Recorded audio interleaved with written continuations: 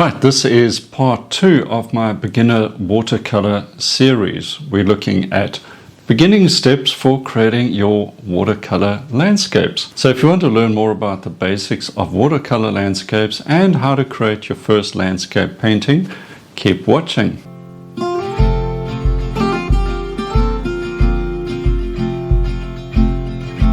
Okay, in the first video, I used a reference that had a very strong light-dark contrast. This is a great way to get a strong painting very easily using values, value contrasts. Now in this demonstration, I'm going to be also working with values, but this time the lighter side of the value scale. A bit more of a high-key painting, you could say. One of those subjects that watercolor artists love to explore, and that is painting clouds.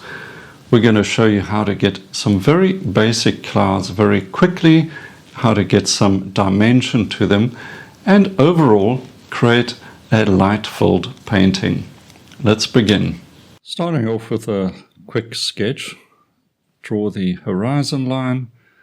I'm going to put a few of these trees in the focal area over here, rule of thirds as it were, balance it out a little on the right, very simple foreground, and then the clouds. That's the main idea of the painting. So I'm going to put the large clouds at the top, and we're going to try to create a little perspective by putting smaller clouds closer together, heading towards the horizon, kind of like picturing stepping stones.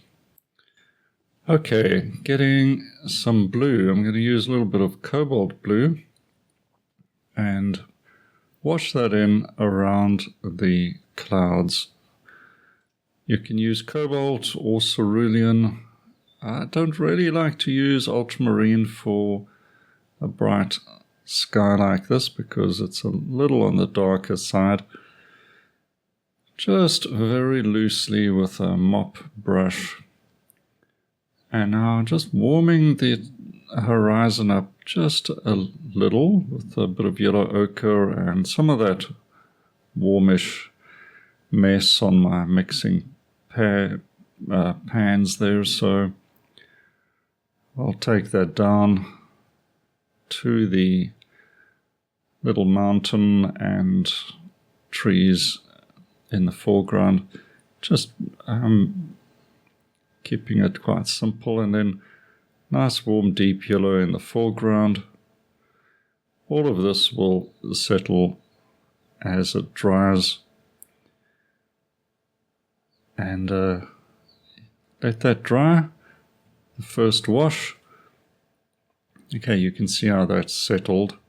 And now I'm going to try to get some dimension to these clouds, mixing a kind of a violet color, bit of blue, touch of cool red, like an alizarin or something like that.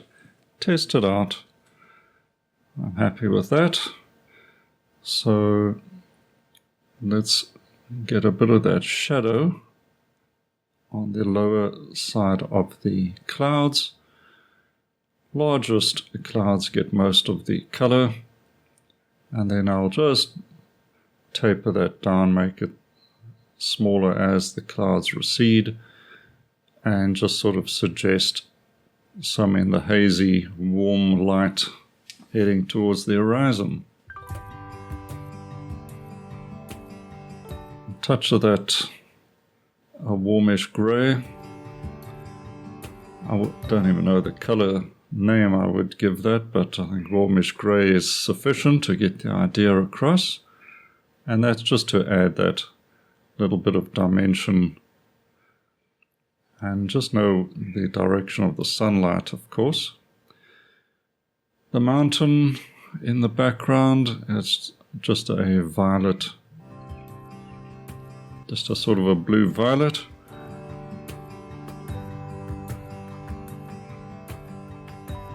And I'll let that settle a bit as well.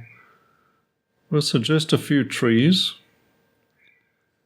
I'll just tilt the paper a little and we'll get a bit of a suggestion of a tree line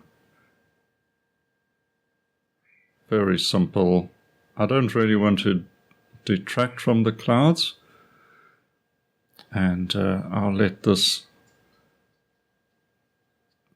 just get that focal area settled a little.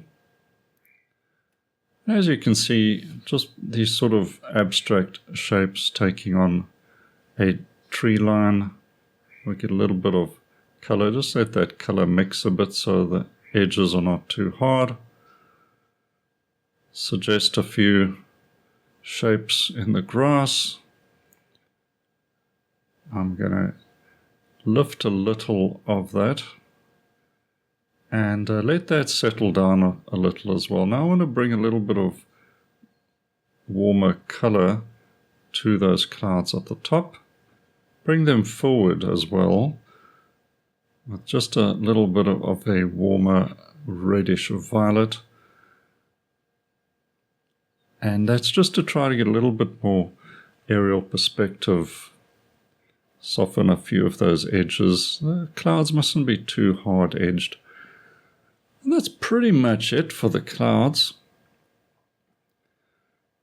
I want a little bit more information in the foreground. Very little, but just a few accents or suggestions of shapes.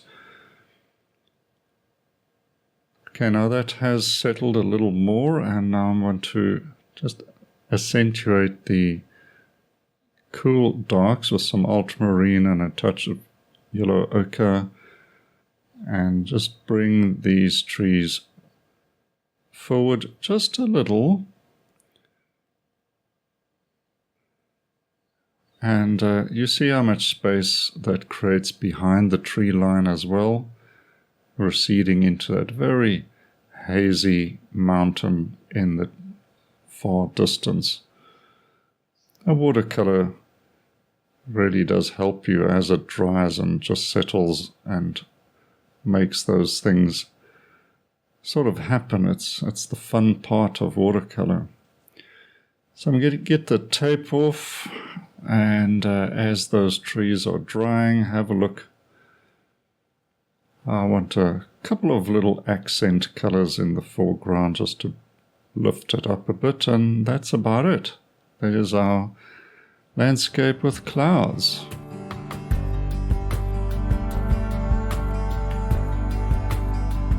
Well, I hope you enjoyed that little demonstration and now have an idea of how to paint clouds and give them some volume. Try the lesson out for yourself, experiment, make mistakes, learn from your mistakes, keep pushing forward. It's the only way, I'm afraid, so we have to make mistakes in order to improve our painting. Now, if you want to keep yourself inspired, be sure to get your free subscription to the Create Art magazine. You'll find a link to that in the description below. And of course, you're going to subscribe to this channel because you don't want to miss the next video coming up in my painting series and many other topics that I want to explore in the coming year. So be sure to subscribe and hit that notification bell. Well, with that, enjoy your watercolor landscape painting, and cheers for now.